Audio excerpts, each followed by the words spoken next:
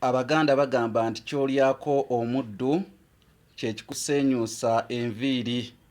Nze Kanoonya Juma omulangira ow'ebukerekere era neeyama okubasomesa ku bintu bingi nnyo naddala ebikwatagana ku lulimi Oluganda, ebyafaayo, obuwangwa ko n'ennono ezaffe eza Buganda.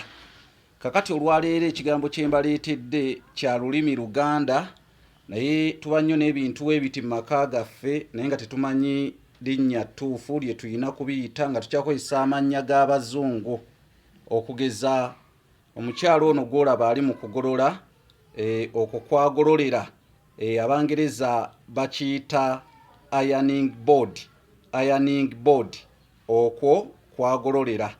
Naye osobola okuba Abaganda emiggo n'obabuuza okwo kwagololera era oli ajja kugamba eyo mmeeza naye erabira nti ate emmeeza baliirako ndiire. Ekyo kye bayita ekigololero.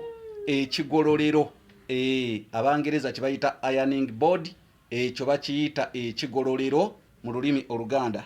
Nga bulijjo gwayagala okuyiga olulimi Oluganda, ndi Kasaalaba 256 751 476 namba eri ku WhatsApp.